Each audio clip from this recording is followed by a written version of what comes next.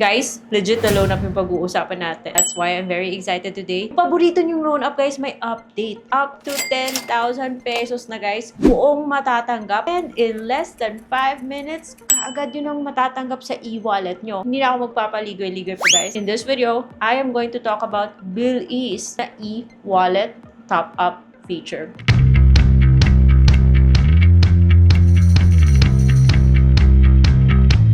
Everyone, welcome back to my channel. It's Ate Red here. And of course, mas maganda kung legit yung ating pinag-uusapan. Kaya si Bilease po yung pag-uusapan natin. Legit po siya, guys. And para sa mga hindi pa pwedeng mag-cash loan at yung available pa lang sa kanila is yung e-wallet top-up feature, this update, yung bago kay Bilease, tsak na ikatutuwa nyo, guys. Wala na pong bawas yung e-wallet top-up. Para na rin siyang nag-cash loan at receive nyo agad. Before tayo mapunta doon sa mga paano mag-apply, bakit ganito lang yung credit limit ko, then let's jump right into this product na kaka-update lang ni Bilease. So of course, dapat magkaroon kayo ng Bilease account. And kung bago pa lang kayo, even if Bilease offers loans up to 50,000 pesos, magsisimula ka sa mga babang credit limit. But don't worry, guys, kung good yung credit history mo, tumataas naman po siya ng mabilis. Tinitest ka niya kung kaya mong ma-handle yung maliit na credit limit at kung nakikita niyang responsible borrower, tataas yun. Yung cash loan naman, hindi po yan usually kaagad available sa mga borrowers ni Bilease. Pero eventually, nagiging available siya. But before maging available si cash loan, yung iba, yung nauuna is yung e-wallet top-up. Na dati ay meron po siyang 10% na processing fee. Pero ngayon, guys, buo nyo nang matatanggap at hindi na siya limited to 5,000 pesos. So hurry up, log into your Bilease account kung kailangan nyo ng cash. Anything na natitira pa sa credit limit nyo, pwede nyo yung gamitin, guys. Meron po siyang denominations. So click nyo yung e-wallet, you will see pwede po siyang GCash, pwede siyang Maya, pwede siyang GrabPay, Coins at PH, Shopee, and Bayad. Don't confuse it with cash loan, guys. I will point out some differences later. Pero dito na muna tayo sa e-wallet, ha. So pag click nyo, say for example, GCash, mapupunta kayo doon sa different denominations na ino-offer ni Bilease. Doon kayo pipili, guys. At dapat sarili nyong number yung andon sa taas. Mahirap na, guys. Baka maligaw yung pera. Naku, sakit sa ulo yan. As low as 500 pesos. At ngayon, nasa 10,000 pesos na. Akin, grade out po yung 10,000. Yung pwede lang is 6,000 dahil yung credit limit ko ay nasa 6,000 pesos lang. Pero kung meron kayong credit limit na covered yung 10,000, pwede to sa inyo. Tignan natin yung 6,000, ha? At ito ay pwedeng payable up to 12 months. Pwede mong piliin twice or monthly, once a month.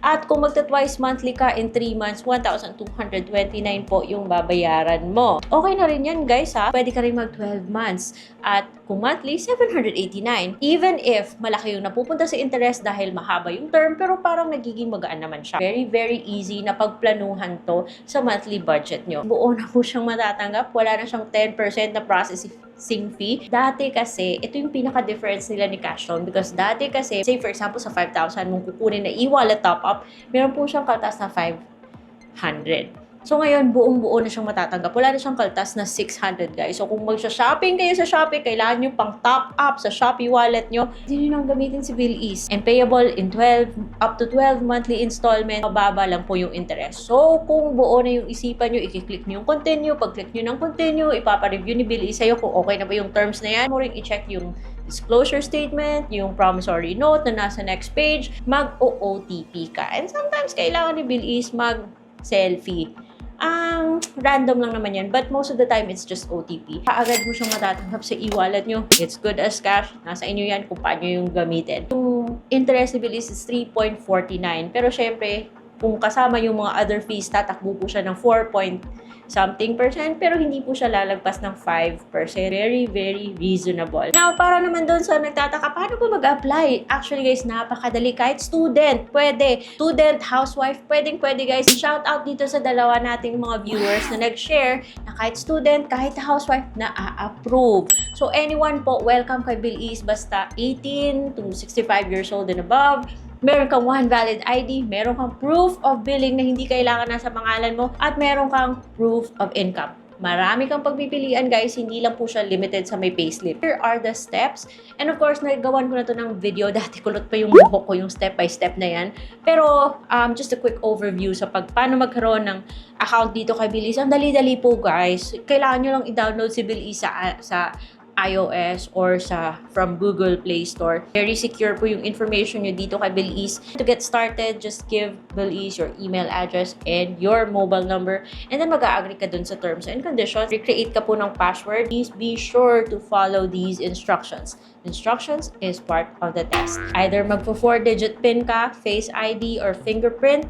Depende po yan sa inyo kung ano yung mas convenient para sa inyo. Next, hihingi po si Bilis ng mga personal information nyo such as your gender, your name, your middle name, your last name, place of birth, marital status, and kailangan Filipino ka syempre. Mag-a-agree ka doon and then just click continue. Hihingi rin si Bilis ng residential address mo kung work from home ka ba o hindi. Next, mahihingi po siya ng character reference. Yung kailangan niya dalawa lang, family member at saka colleague. Pero part of any loan application, pumunta ka ng bangko, mag-a-apply ka, tatawag din yan sa character reference nyo. Be sure to give a heads up na ginawa niyong reference yung mga ganitong mga tao. Picture ka ng valid ID mo, selfie ka. And again, instructions is part of the test. Din po yung nasa instructions. Kung pinili mo kasi na employment po yung source ng income mo, it is a must na magbibigay ka ng payslip. Pero kung ikay say for example student, or a family member na tumatanggap ng remittance from another family member, then doon ka sa remittance. And kung sa proof of billing, hindi po kailangan na nasa pangalan nyo yan. Dapat recent. Kaya nga sinabi dito, within the last 3 months. Walang issues yung mga sinamit mong information sa Bilis, then approve ka naman kaagad. You will get your result within the day. In my case, Bilis needed more time to verify my information. So, inabot po ng 1 month bago ko nalaman na approve pala ako kay Bilis at ilang beses pa nag-follow up yung kanilang customer support. Huwag po guys mawalan ng pag-asa. That's all for today's video. And I don't need to discuss how legit Bilis is. You can check my other Bilis videos for more information because I think sumobra tayo sa oras. Kasi yung gusto ko lang naman i-share is yung bago dito sa kanilang e-wallet. Si Cashloan naman, wala po siyang limit. Unlike e-wallet. Si Cashloan, kung meron kang 50k na credit limit, pwede mo yung sagarin guys. Kunin mo lahat. Payable up to 12 months.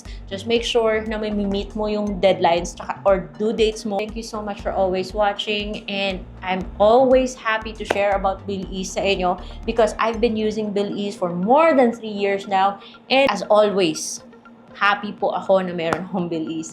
So, let me know what you guys think. And kung meron kayong mga loan apps na gusto nyo pa-check sa akin, please put it in the comment section. And that is all for today. I will see you on my next vlog. Bye!